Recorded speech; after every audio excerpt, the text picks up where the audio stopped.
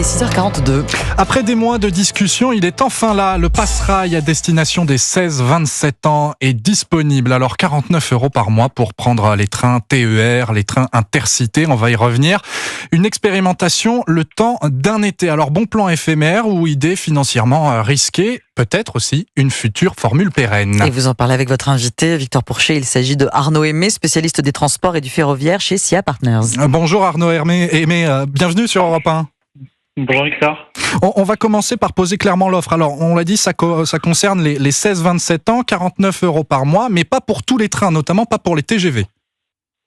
Oui, effectivement. Alors, c'est pas une surprise que ça concerne pas les TGV, puisque cette formule imaginée par le gouvernement français, elle est reprise de ce qui s'est mis en œuvre en Allemagne, le Deutschland Ticket. Et déjà en Allemagne, ça visait essentiellement les trains régionaux et ça excluait les ICE, donc l'équivalent de nos TGV à nous. Ça excluait les TGV parce que les TGV, de toute façon, en été, que ce soit en Allemagne ou encore plus en France, eh bien déjà, ils sont pleins. Oui. Donc, ils n'ont pas forcément besoin d'accueillir des voyageurs supplémentaires. C'est la première chose. Et puis la deuxième chose, c'est que le prix d'un billet longue distance, donc typiquement en TGV, est plus élevé que celui d'un train régional. Donc si le dispositif incluait les TGV, eh bien ça coûterait encore plus cher à l'État ou le cas échéant aux régions. Oui, vous parliez d'ailleurs du modèle allemand. Les Allemands, ils ont un an de recul sur cette mesure. Et on a un premier bilan, il est plus que mitigé chez nos voisins. Oui, il est très mitigé, effectivement, mais ce qu'on peut reconnaître à l'Allemagne, quand même, c'est d'avoir défini les objectifs. C'était quoi l'objectif ? Il y avait un objectif plutôt écologique, qui était de faire ce qu'on appelle du report modal. C'est-à-dire que les gens, les Allemands, délaissent leur voiture au profit du train. Donc, c'est ça qui a été voulu et c'est ça qui a été... Et ça a fonctionné ? mesuré. Non, ça n'a pas fonctionné, évidemment. Pourquoi je dis évidemment ? C'est que quand on veut réduire l'utilisation de la voiture et promouvoir le train, eh bien, il faut demander aux gens, aux automobilistes, pourquoi ils prennent leur voiture plutôt que le train. Et quand on pose cette question en Europe, ou plus précisément en France, et ça vaut d'ailleurs tant pour le ferroviaire, pour promouvoir le ferroviaire que le transport public, quand on pose la question aux gens, le prix n'arrive pas du tout en première position. Si les gens utilisent leur voiture, c'est qu'ils trouvent ça plus pratique, plus souple.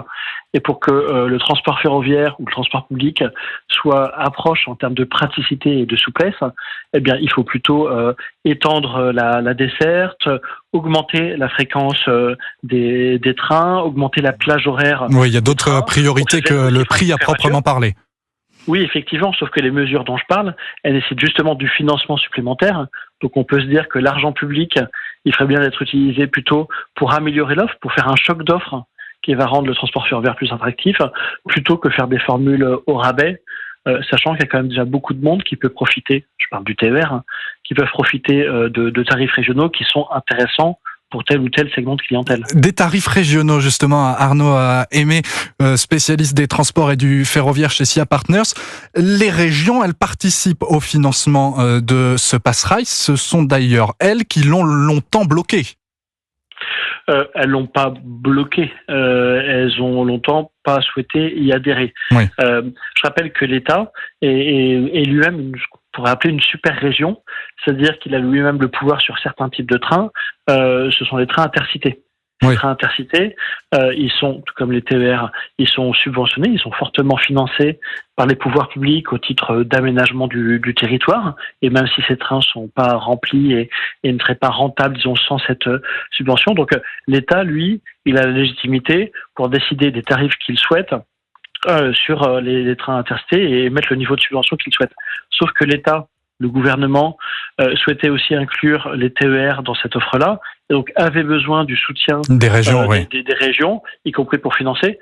Au final, quand même, c'est l'État qui finance les 3/4 du dispositif. Il y a effectivement quelques régions qui acceptent de financer un peu, en mettant quand même des limites qui vont poser question pour les voyageurs. C'est-à-dire qu'il y a certaines des régions qui disent d'accord, et on va contribuer à financer ça. Par contre, on veut pas non plus que ça sature nos trains, parce qu'il y a des gens, il y a aussi des pas jeunes, par exemple, qui voyagent. Et donc, dans certaines régions, en fait, il y a un contingentement. qui a été mis en place par les régions, c'est-à-dire un nombre limite de places disponibles dans les TER. Et donc, les jeunes qui sont éligibles au dispositif, eh bien, ils doivent faire attention parce qu'il y a un nombre de places limité dans les TER, dans certains TER en tout cas, alors qu'on sait que c'est des TER prisés pendant l'été. Par exemple, les TER normands pour aller sur la côte depuis Paris. Et puis pour les intercités. Merci. Oui. Ouais, pardon. Je rappelle d'ailleurs que ce sera une expérimentation pour cet été, pendant les 2 mois juillet et août. On fera un point en 2025. C'est ça. On demandera à voir, mais comme on n'a même pas fixé d'objectif c'est pas encore gagné. Modal, on n'est pas sûr d'atteindre quoi que ce soit. Merci Arnaud Aimé. Je rappelle que vous êtes spécialiste des transports et du ferroviaire chez SIA Partners. Bonne journée. Merci. Europe 1, il est 6h48.